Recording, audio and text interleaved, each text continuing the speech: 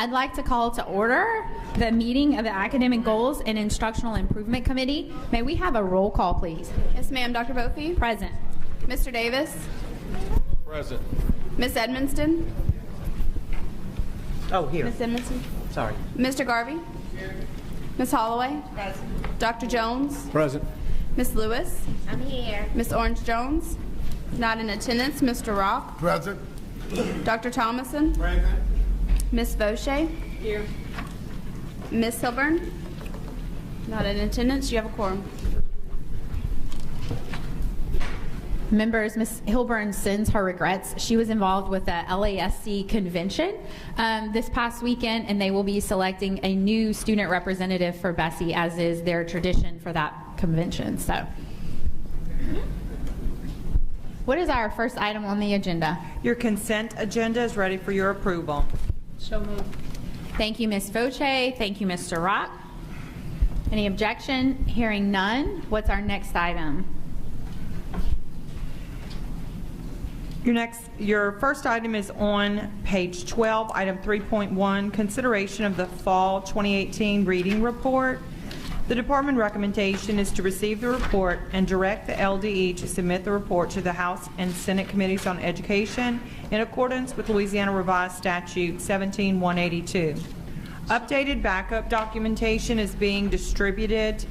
It will be an insert that goes into page 28. Calcasieu Parish was inadvertently left out of the original report, and so that information is being distributed to you now. Well, thank you. Don't leave my parishes out of the report, please. Would not dream of it. Members, do you have any questions about the report or comments? Do we? Oh, we need a motion. Ms. Vaucher. Second. And a second by Dr. Thomason. Do we have any comment cards on the item? No, ma'am. Okay.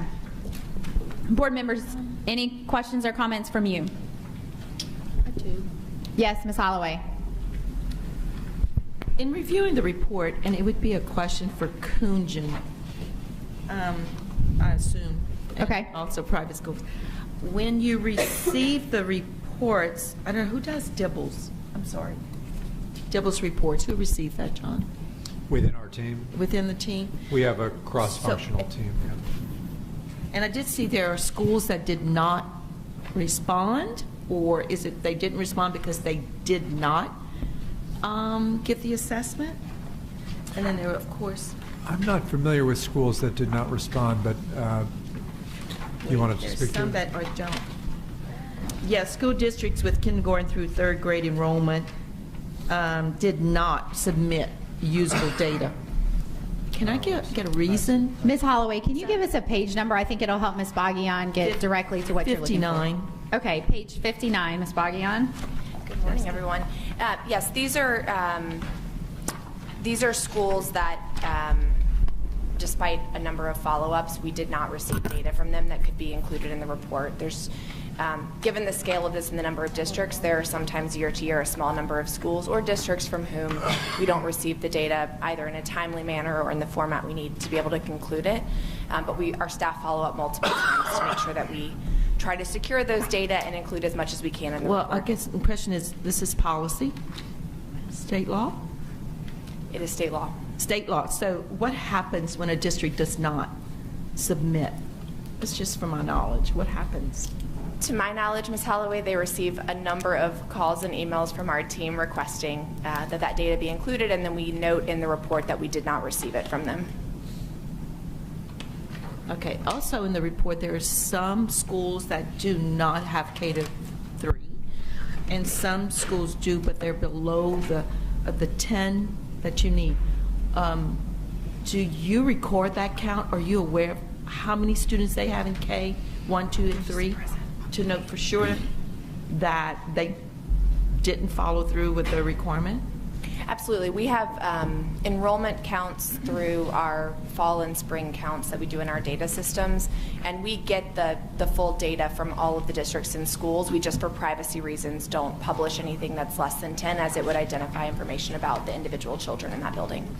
Okay, so my next question is, with those that did not submit, Is there a report of, is this their first time not submitting? That's on page 59. Is this their first time not submitting? Is it their second? Is it their third? I do not know that, but we can get that information for you.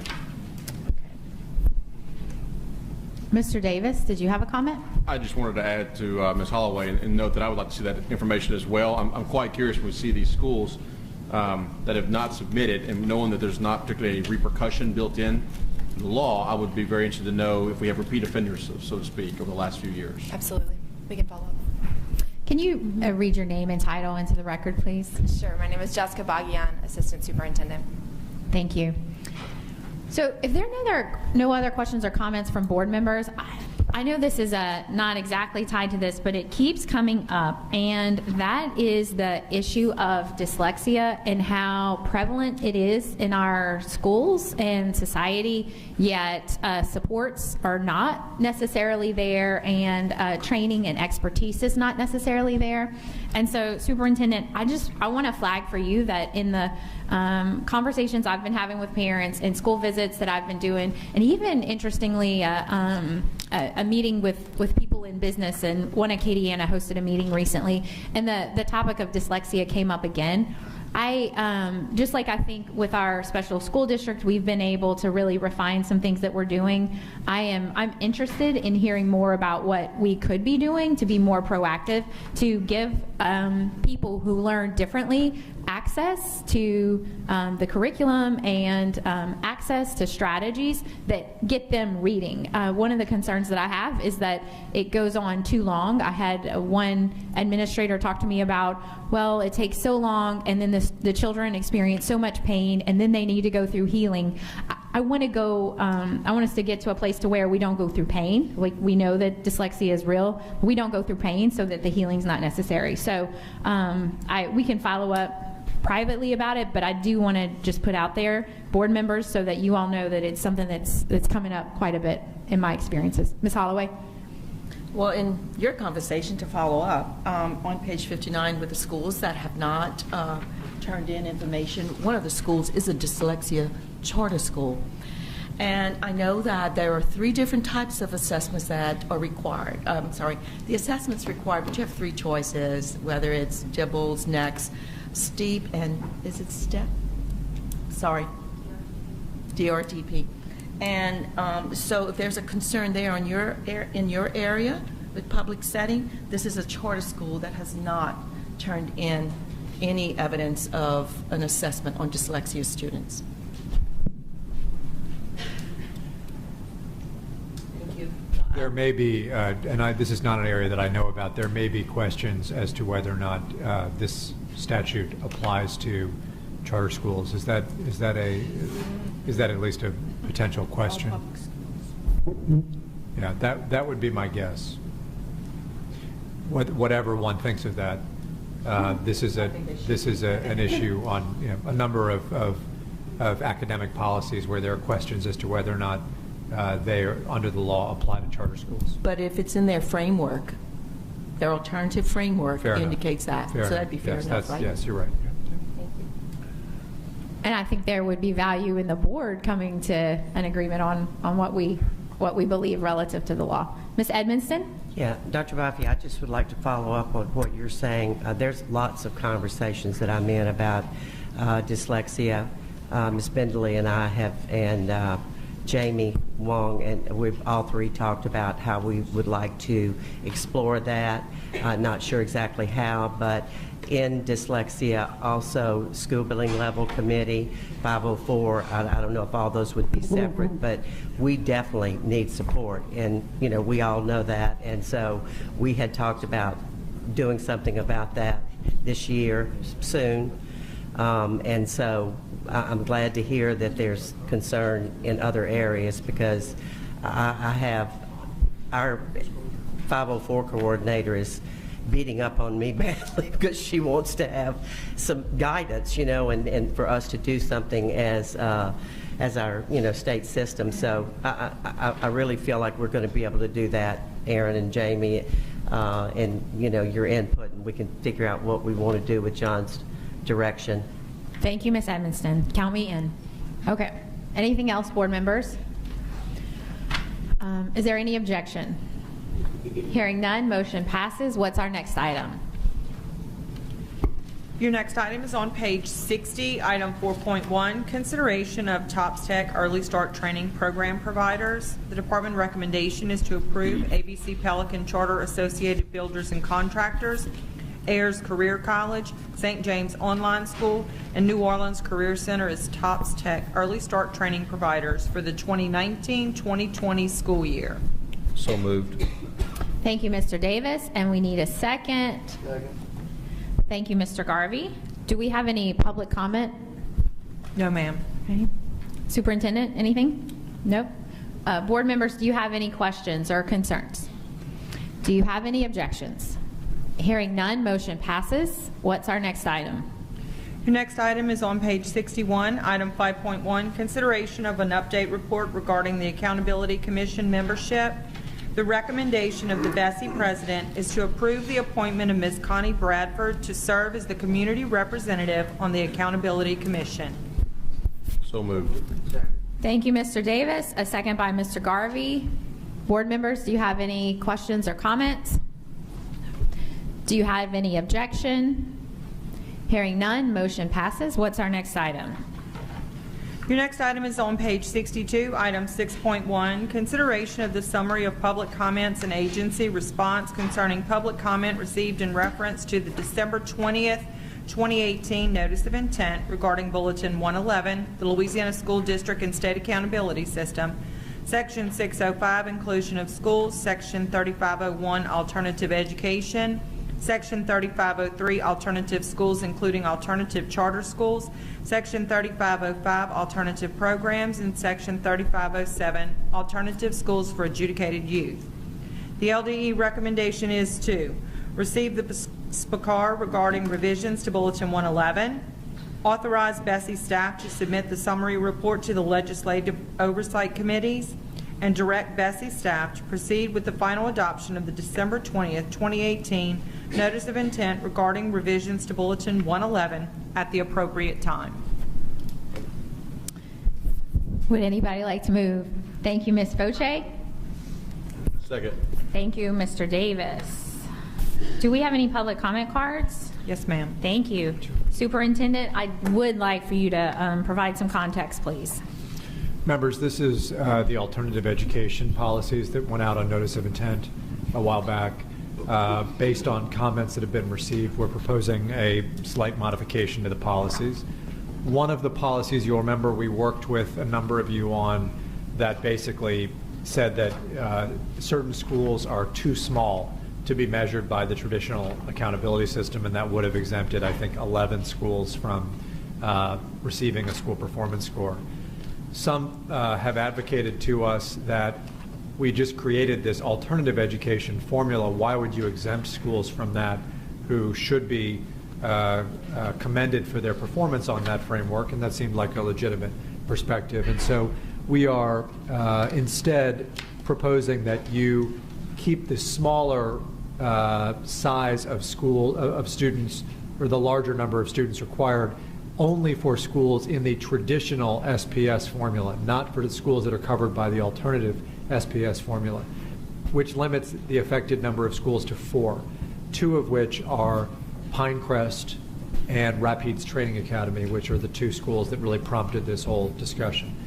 The net effect of it is that you have 4 tiny, what are effectively programs, that would be held accountable at the subgroup level, but not at the SPS level, and that there are 7 schools that in the proposal before would have not received any SPS at all. Instead, they will receive SPS, but by virtue of the alternative education formula, which you approved several months back.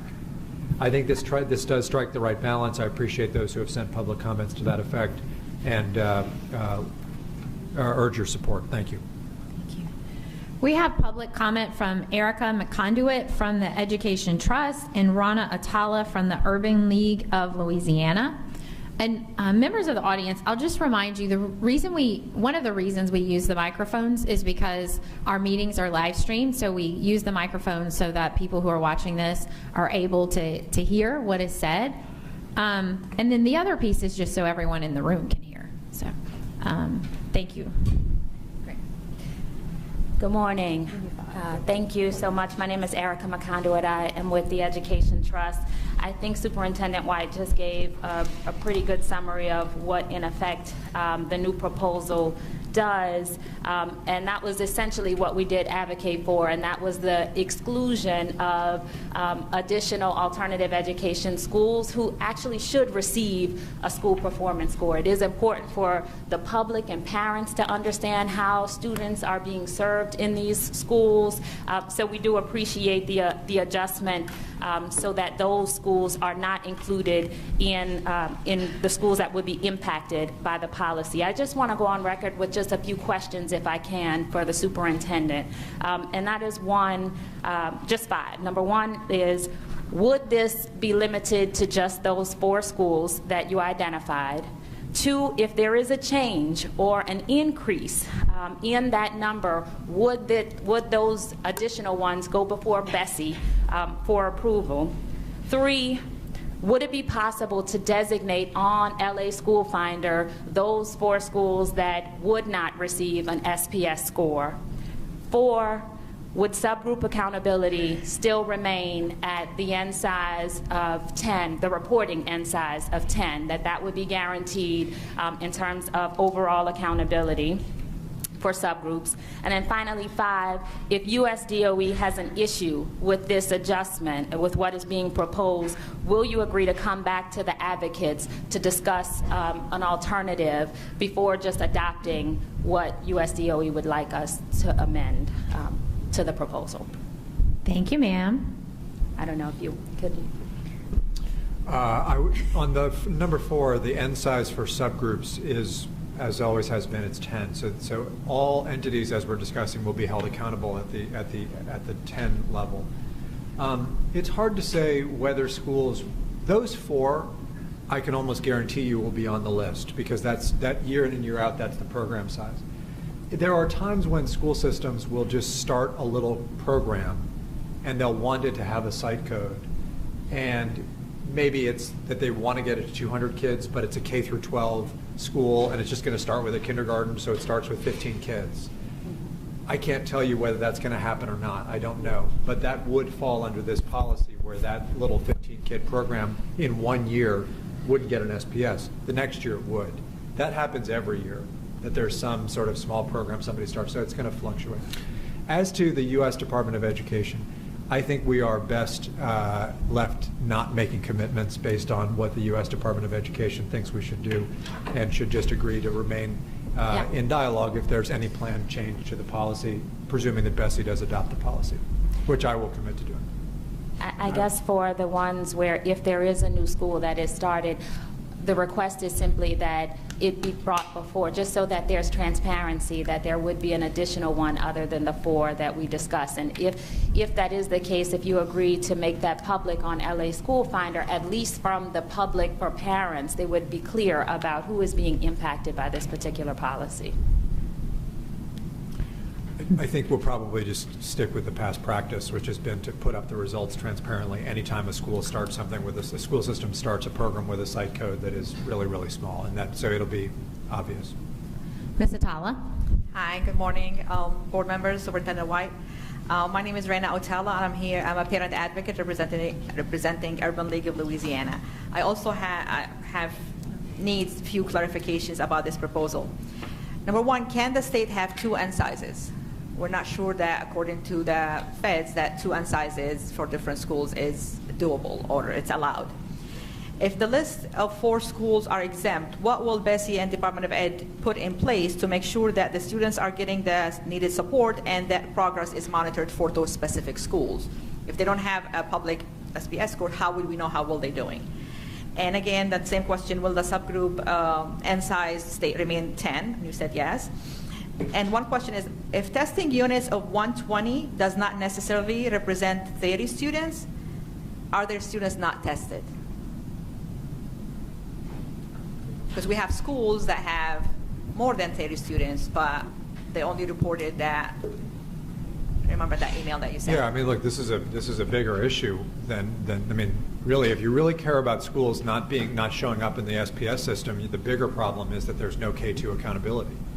I mean, that's really where you have schools that are not. So if I were, going to be an advocate for wanting as much transparency as possible, I'd be thinking about that. Not that you're not, but that's the thing I'd be most focused on. On the different end size thing, I think we'll share our plan and we'll see what people come back with. And I think any other issue we can just keep dialoguing about. Board members, do you have any questions? No. Ms. Fauché? Not of these two ladies, but a question from Ms. Bagian when it's appropriate. Ms. Bagian, could you come up, please? Thank you, ladies. When I was reading through the comments and I'm looking at the letter from Millie Harris and one of her concerns for the accountability portion for the new framework, where the alternative framework is the current year core credit accumulation. And I guess I have a similar concern, unless I'm misunderstanding what that piece of the formula is. The core credits she's specifying that we're only going to consider supposedly are English, math, science, and social studies. Yet core areas for the Jumpstart pathway or Topps University would extend to foreign language. The Topps University would extend to the required Jumpstart classes if those students are on that pathway.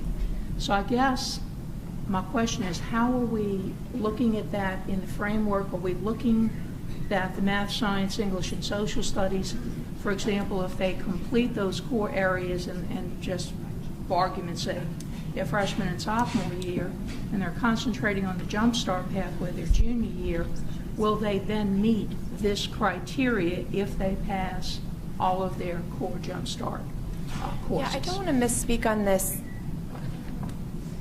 I may need to just counsel with Ken Bradford, who oversees all of our diploma pathways, because I want to make sure I don't misspeak about what goes into the pathways there. So if I can take a minute to confirm. Sure.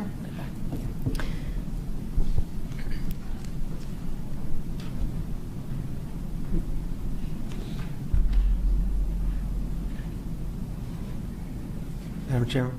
Yes, Mr. Garvey. While we wait, I have a question for the superintendent. Okay. The 4 schools that are not going to be reported, how is the department going to evaluate them and see if to determine if they're doing a good job of what they're supposed to be doing? So this is a proposal just to take the accountability for those schools to the subgroup level. So you'll see all of their results reported by subgroup, meaning 10 or more groups of students with disabilities, 10 or more students of socioeconomic And status. most of those 4 schools have groups of 10 in Yes, those? yes. So that will be reported for those Yes. schools? Yes, sir. Thank you.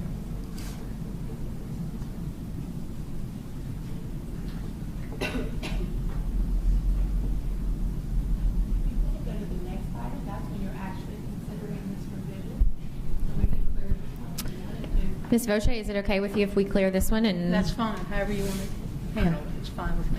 Okay. Ms. Bagian, if you're ready, it's fine. I appreciate your responsiveness, though.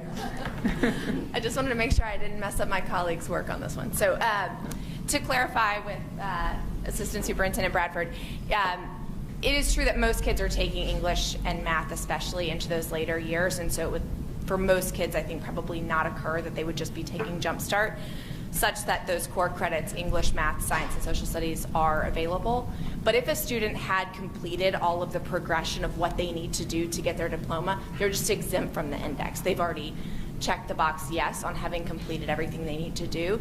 This is for students in this situation who have not yet acquired all of the Englishes or maths or science or social studies that they need. So would they count as a yes, they have met it, or would they be excluded from the calculation altogether for that indicator? In the last year that they were taking, so if let's say they took all of them somehow in the first 2 years, in those 2 years they would have stellar scores for the school. In the following 2 years they just wouldn't be part of it because they've already checked that box. All right, so they would not be in that particular indicator. Is Correct. What you're saying. They've already completed that, almost as if they've graduated. You know, not exactly the right proxy, but they're already out of that category. All right. Okay, board members, any objection? Hearing none, motion passes. What's our next item? Your next item is on page 71, item 7.1, consideration of revisions to Bulletin 111, Louisiana School District and State Accountability System regarding the ACT Work Keys Concordance Table, State Annual Reporting, and Alternative Education School Accountability. The LDE recommendation is to approve as notice of intent revisions to Bulletin 111. Ms. Holloway and Mr. Rock. We do have a comment card. Mr. Fleming?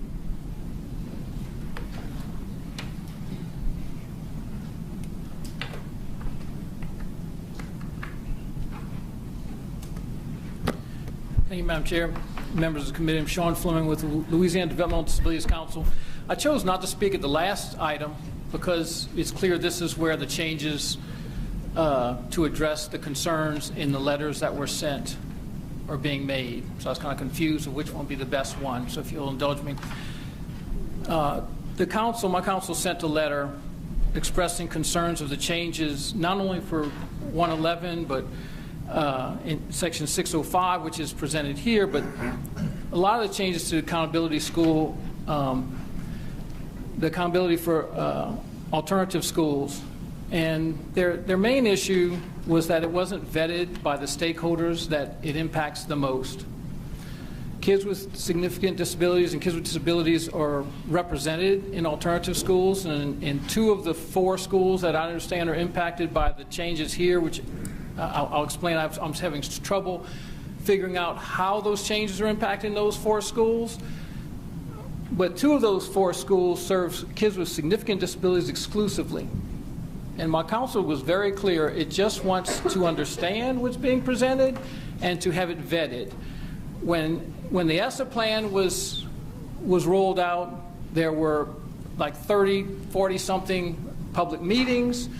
The department reached out to my council, presented at our council, and my council just asked, what are the changes? I went to the Special Education Advisory Panel. They were basically told that it was too confusing with all the numbers of the N size. It's actually not an N size of 10. It's actually an N size of 40 units. 40 units of test or a graduation counts as 4 units, so each kid tends to count for 4 times, but it's 40 units is what we're actually talking about. But there were a lot of other changes in the alternative school accountability that were made without being vetted by the stakeholders. The council wanted y'all to be clear that the council believes all students deserve access to the same level of education by requiring all schools to be held to the same accountability system. The council requested meetings. Those did not occur. The response was to submit these changes that's in this item that have still yet to be vetted by the stakeholders. My council met last week. There was an opportunity for the department to come, present whatever it would have liked to them at that point. That opportunity was not taken advantage of. I want to bring y'all attention to a confusion I have, because I was trying to explain to people what I didn't understand, how these 4 schools are being added. So in October, the changes y'all made was to change the number of units from 40 units to 120 units for the alternative schools. That's in section 605 of Bulletin 111. It appears that the current proposal is to change it back to 40 units for alternative schools. That's what I'm reading in section C in your packet. What's confusing to me is section F, just below that. And if you notice, section F is it's underlined, just the letter, which indicates it was moved from D to F. The problem is, from E to F. The problem is there was no E. There was no E in the policy y'all passed in October. There was no E in the policy prior to that.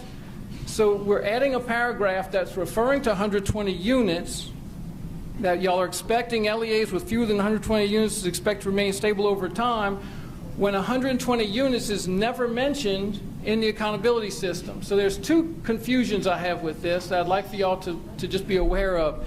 The first is, shouldn't that whole paragraph be underlined because it would be new, because I can't find it anywhere? And second, why are we talking about 120 units when everyone's required to have 40 units in order to be in the school accountability system? But to be clear, my council just wanted to understand the changes and to have them vetted by stakeholders. That's what they really are asking. They were not given that, they were not afforded that opportunity. Thank you. So I think there's some logistics that can be cleared up, and those logistics are connected to the item that was on the notice of intent. And so I'm being told by staff, I'm looking for confirmation, that E was what was out on notice of intent, and that's what we got public comment back. And so I'm sorry for that confusion there, Mr. Fleming. Anything else, board members? Dr. Jones, yes. Could I ask for Erin Bindley to come to the table on this matter for just a second? I've got a couple questions I'd like to ask her. Dr. Bindley. And congratulations there, Doctor.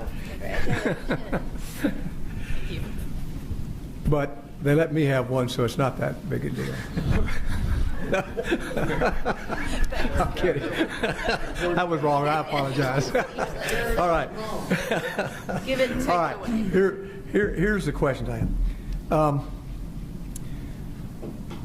have. My memory of this is that what started this whole discussion in the first place was the superintendent from Rapides Parish came, presented, and we had long and lengthy discussions and so forth about it. But I'm under the impression that this was actually presented to multiple advisory councils. Is that accurate? Yes, sir. That's correct. Okay. And if I'm understanding this correctly, we just voted on this item with the last vote. Is that not right? Or on part So of it? what we voted on was to receive the public comments on this particular item. Right, And so- as a result of those public comments, the department is bringing a change to go out also on notice of intent. So these are divided up as two different things, because what is in 7.1 is going to actually go back out on the notice of intent. Okay. So, and I hear the term, you know, these things haven't been vetted. I'm not sure that my definition of vetting and these other folks is the same, but, you know, when folks are made aware of it and there's discussion on it, vetting doesn't necessarily mean that you have to agree with what was done. It's just you've been made aware of it. Dr. Bentley, do you feel like that the stakeholder groups were aware of it? Yes, sir. We presented on the alternative education proposed changes, as well as this specific component related to in-size. When that package was first brought before the board, we did a number of meetings, both in advisory council meetings with different stakeholders, as well as individually with a number of groups and superintendents. And actually the change that we brought today was actually also directly in response to stakeholder feedback, that they felt as though the issue that the board had set out to address, which you mentioned was brought to our attention a long time ago by the Rapides Parish Superintendent, that as the board attempted to address that narrow issue, stakeholders felt as though it was a little too large, captured way many schools than what was originally intended. So in response to that, we brought back a proposal to further narrow the policy to the ones that started these discussions in the first place. But along the way, we have been very much in contact with stakeholders about this issue. All right. Thank you. Can I add to this? Yes, Ms. Holloway. To Dr. Jones' question and Erin's response, a special ed advisory panel has also received that information at the meeting. Thank you. Thank you. Ms. Boche? I'm just going to go on record as saying I think this process worked extremely well. We've been talking about this for over 20 years. We've been focusing. We have been focusing, on this for the last few years. I think we've had remnants of this at just about every meeting, every advisory council meeting, every regular meeting, every informal meeting that I've ever attended. I think the framework for alternative education schools is vastly improved over what we had before because our mission is different. And I think the major concern of most people with the end size has been addressed after we've heard the concerns and we've made the adjustments. So I just want to go on record as saying I think this process worked extremely well, and there was a great deal of discussion and stakeholder acknowledgement or awareness of it, and by virtue of that input. So I'm pleased with the process as it was presented. Thank you, Ms. Fauché. I'll also just add, it was on the recommendation of the committee last time when we had a number of comment cards that the notice of intent process is a formal process that we have in place that engages people in our work. So thank you all for your hard work on here. Members, any other questions, comments, or concerns? Any objection? Hearing none, motion passes. I believe that was the last item. Yes, ma'am. Okay, this meeting is adjourned.